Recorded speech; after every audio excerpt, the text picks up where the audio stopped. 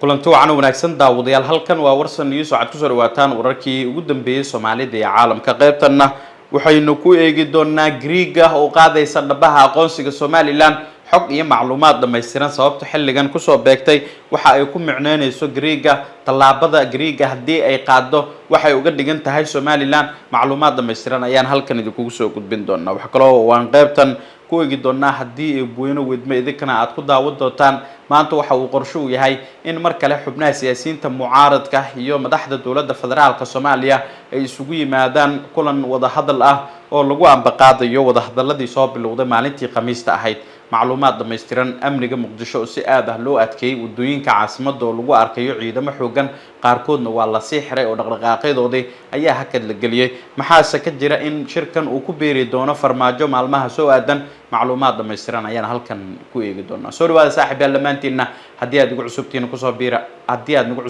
soo biira barta YouTube channelka aad naga daawanaysaan ee Warsan News si aad uga mid noqotaan saaxiibada ku xiran wararka warbixinada muuqaalada aynu hadii jeer halkan aynu ku soo baahino noqo daawadaha ugu horeeya ee hela xogaha iyo macluumaadka degdega ah ee aan halkan idinku soo baahinayno xagaag aan ku bilaabo mid ka mid ah dawladaha reer Yurub ayaa shaaca ka qaaday in Somaliland dhabaha aqoonsiga ay qaaday ay si weyn u taageerayso waxayna ku talisay in dalalka caalamka haysiyaan aqoonsi toos ah wargeys kamid ah kuwa ka soo baxa isla markaana kamid ah warbaahinta ugu afka dheer ee dalka Greega ayaa qoray inay mudan tahay in Greega uu aqoonsado Somaliland maadaama uu Turkiga doonayo in uu sii xoojiyo saameyntiisa uu ku leeyahay guud ahaan geeska Afrika iyo badda Cas qoraalka wargeyska uu daabacay ayaa lagu soo bandhigay in iskaashi rasmi ah oo dhexmara Hargeysa iyo sidoo kale Greega uu Greega siin karo fursad istiraatiiji ah iyo saldhig uu ku yeesho gacanka cadmeed taas oo kor u qaadi karta doorkiisa amni iyo ganacsi ee marin biyoodka muhiimka u ah caalamka wargeyskan waxa uu kale uu tilmaamay in xiriirka dhow ee Greega la yeesho Somaliland uu qayb ka noqon karo istiraatiijiyadda ballaadan ee dhinaca Greega ah ee uu ku xoojinayo joogitaankiisa gobolka isla markaana ay kaga hortagi karto fidinta saameynta dalalka kale ee dhinaca loolanka ku qotoma ee badda Cas Greega waxa uu diris leeyahay Turkiga waxaana la rumaysan yahay in xilligan mudnaan iyo muhiimad gaar ah uu arkayo inuu si toos ah xiriir ula sameeyo Somaliland si uu u qaado dhabaha aqoonsiga Somaliland oo kol hore ay Israa'iil ku dhiiratay qaadista dhabahaasi waxa la rumaysan yahay in Greega uu dagaal iyo loolan dhinaca siyaasadda ku qotoma uu imikan kula jiro Turkiga oo talaabooyinka ay Turkiga qaadayso ay u aragto inay yihiin kuwa iyaga lid ku ah qatarna ku ah waxayse u muuqataa mid Greega wargeyska ka soo baxa ay warbaahinta gudaha ay qorayaan ku talinaya kuwa ay kulololami karaan Turkiga si joogistiisa geeska Afrika marka la eego Turkiga ayaa si cad u barbar istaagay dawladda federaalka ah ee Soomaaliya wuxuuna meel adag ka istaagay aqoonsiga ay Israa'iil siisay Somaliland isagoo oo ku sifeeyay Turkiga weeyaane talaabo xadgudub ku ah madax banaanida Soomaaliya Turkiga ayaa tan iyo markaa kordhiyay taageerada military ee uu siinayo dawladda federaalka ah ee Soomaaliya ilaa tobaneeyo duulimaad oo wada saanad ciidan ayaa ka soo degay magaalada Muqdisho ee caasimadda Soomaaliya ciidanka dawladda Turkiga ay tababaraan ee gorgor iyo haram cad ayayna dib u qalabeen xoogan ay ku sameeyeen waxa kale oo ay dib boorka uga jafeen ciidamada difaaca cirka ah ee Soomaaliya kuwa ilaalada xeebaha Soomaaliya oo guud ahaan ay ku bilaabeen tababarid iyo qalabeen toos ah waxa kale oo Turkiga uu si toos ah u keenay Soomaaliya diyaaradda F-16 taas oo si toos ah uga qayb qaadanaysa doorka ilaalinta madax banaanida ama midnimada Soomaaliya iyo la dagaalanka kooxaha argagixisada waxa kale oo Turkiga uu qaaday talaabo uu maraakiibtiisa dagaalka ugu soo dhaqaajiyay gudaha xeebaha Soomaaliya iyagoo oo yimid qayb ka mid ah biyaha Soomaaliya oo ay si toos ah imikan ay u bilaabeen gaafureeg ay ku sameynayaan guud ahaan biyaha Soomaaliya iyadoo oo Turkiga uu doonayo in uu si toos ah u muujiyo awoodiisa taageerada dawladda federaalka ah ee Soomaaliya dhinaca gobolada waqooyi ee Somaliland ayuu doonayaa in saldhig military oo xoogan uu ku sameysto taas oo kaga hortagayo isku dayga ay Tel Aviv ku doonayso in ay ka hirgeliso qaybo ka mid ah Somaliland saldhigeeda military oo ay u aragto dowladda Turkiga in qatar weyn oo danaheeda ka hor imaanaya ay tahay. wuxuu Turkiga uu aad u ballaarinayaa sii joogistiisa Soomaaliya wuxuuna waqti badan iyo juhdi badan uu ku bixinayaa in uu wiiqo awoodda Israa'iil ay isugu ballaarin lahayd guud ahaan Soomaaliya. waxayna u muuqataa tani mid soo afjari karta hanka iyo rajada ay leedahay Turkiga haddii Greega uu qaado dhabaha aqoonsiga ee Somaliland. Turkiga madaxweynaheeda Rajab Tayyip Erdogan ayaa casuumaad degdeg ah u soo diray markii ay soo ifbaxday aqoonsiga Somaliland isagoo uu garab taagan yahay madaxweyne Xasan Sheekh Maxamuud. Erdogan ayuu si cad uga biyadiiday tallaabada aqoonsiga ay Israa'iil ay ku siisay Somaliland isagoo oo ballanqaad rasmi ahna u sameeyay dowladda federaalka Soomaaliya wuxuuna dardargeliyay heshiiska ama iskaashiga dhinaca difaaca ee Soomaaliya kala dhaxeeya. madaxweynaha Turkiga Rajab Tayyip Erdogan taageeradiisa iyo garab istaaga Soomaaliya kuma simin oo kaliya in uu caddeeyo mowqifkiisa ee waxa uu sameeyay dadaaladiisa dhinaca diblomaasiyadda arrimaha dibadda ku qotonta xiriiro toos ah ayuuna dalalka uu saameynta ku leeyahay ula sameeyay iyagoo uu soo dadajiyay cambaareynta iyo soo saarista war-saxaafadeedyo si adag looga hor imaanayo aqoonsiga Somaliland. waxa kale oo uu si toos ah u bilaabay Erdogan booqashooyinka uu ku tagayo dalalka caalamka in madaxdooda uu kala hadlo qadiyadan uu si weyn saameyn u leh. waxaana ugu dambeysay inuu kala hadlay arrinta ra'iisul wasaaraha dalka Itoobiya Abiy Ahmed oo uu sheegay in la doonayo in Itoobiya ay si toos ah uga fikirto tallaabadan haddii ay dhaqan gasho inay iyaduna saameyn doonto guud ahaan gobolkana amnigiisa iyo xasiloonidiisa ay wax badan iska bedeli doonaan. Itoobiya ayuu soo uga digay qorshe la sheegay in banaanka uusan u soo bixin weli ee ay doonayso inay ku aqoonsato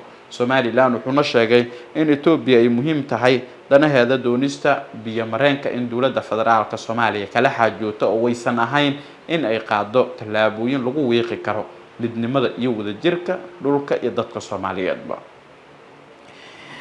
xukuumadda Hargeysa waxaa la rumaysan yahay in fursado weyn markan ay u soo baxayaan marka la eego loolanka dalalka caalamka iyo isdiidooyinka siyaasadeed ee wajahayaan. waxaase la rumaysan yahay inay wajihi karaan caqabado waaweyn oo khatar gelin kara hankooda la xiriira helista aqoonsiyada heerka caalami ah ee ay Somaliland 34 sano ee tagtay inay weedaartay ay ku fikiraysa helideeda. markan haddii aynu eegnana macluumaadka kale ee warkeena ku jira maanta waxa uu qorsho yahay inay dib isugu soo laabtaan madaxda dowladda federaalka Soomaaliya iyo xubnaha siyaasiyiinta mucaaradka ee ku midaysan golaha mustaqbalka. shirkan waxa uu baaqday maalintii shalay ahayd sababo la xiriira in isqabsi xubnaha mucaaradka dhexdooda ay ka sameeyeen shirkii ama gogashii furantay maalintii Khamiista ahayd toddobaadkii hore. waxaana la rumaysan yahay in madaxweynaha dowladda federaalka ee Soomaaliya Dr. Xasan Sheekh Maxamuud uusan weli ka tanaasulin doonistiisa hirgelinta doorasho qof iyo cod ah wuxuuna si weyn uga biyadiidaya tallaabooyinka taageeri kara in doorasho dadban mar kale uu dalka uu ku laabto. Axmed Madoobe Deni Sheekh Shariif Xasan Cali Kheyre Maxamed Xuseen Rooble Saacid iyo xubnaha kale ee qaybta ka ah golahan ayaana shirar isdaba joog ah ku yeeshay Muqdisho. ugu dambeyn waxay go'aamiyeen in madaxweyne Xasan Sheekh Maxamuud ay la hortagaan hanaanka duban hanaanka doorashada iminkana uu wajahayo oo ah mid soo jeedin ah oo ku qotonta in lagu bedelo midda madaxweynaha iminkana uu ku howlan yahay. waxaase la ogeen aqbalaada iyo qaabka uu ku wajihi doono madaxweyne Xasan Sheekh Maxamuud soo jeedinta xubnaha mucaaradka ah ee ku wajahan hanaan cusub oo ay doonayaan in doorashada lagu wajaho. waxaana ilaa iminkana aan la gudagelin qaybta kale ee iyana dooda adag weli ka taagan tahay ee ku qotoma arrimaha dastuurka oo la rumaysan yahay in xubnaha siyaasiyiinta mucaaradka iyo madaxda Puntland iyo Jubbaland aysan si weyn ula dhacsaneen. iyadoo oo loo gudbin qodobkan ayaa weli waxay xubnahan isku mari laayihiin tan doorashada oo la rumaysan yahay haddii dhinac loo dhigo in tan kale ee la xiriira arrimaha dastuurka wax ka bedelka ku qotoma iyo midnimada dalka ay yihiin qodobo iyana fudud oo si sahlan looga gudbi karo. markan waxaa soo baxaya macluumaad sheegaya in shirkan wajigiisa xiga ee kan maanta dhici doona kan xiga uu si toos ah uga qayb gali doono oo lagu casuumi doono madaxweynihii sagaalaad ee Jamhuuriyadda Federaalka Soomaaliya Maxamed Cabdilaahi Maxamed Farmaajo kaas oo wax door muuqda aan ku lahayn jaangoynta siyaasadda iyo jihaynta xaaladan adag ee Soomaaliya ay ku jirto iyo muranka adag ee hareeyay arrimaha doorashooyinka. Farmaajo oo la rumaysan inuu yahay budo gaar u tuman kana ma ka mid ahan xubnaha iskaashiga dhinaca axsaabta ama ururada siyaasadeed ee midowday. tusaale badi xubnihii mucaaradka waxay ku buhoobeen golaha mustaqbalka Soomaaliyeed marka laga tago farmaajo oo keligii bannaanka taagan. waxaa kaloo jira xubno kale oo siyaasiyiin ah oo kala hogaaminayaan Cumar Cabdirashiid iyo sidoo kale Shariif Xasan Sheekh Aadan, kuwaas oo la rumaysan yahay inay si toos ah ugu qanceen aragtida dowladda federaalka ah ee Soomaaliya. hase ahaatee farmaajo kuma qanacsana aragtida dowladda, kuma qanacsana aragtida golaha mustaqbalka Soomaaliyeed. hase ahaatee dhowaan waxa uu u tagay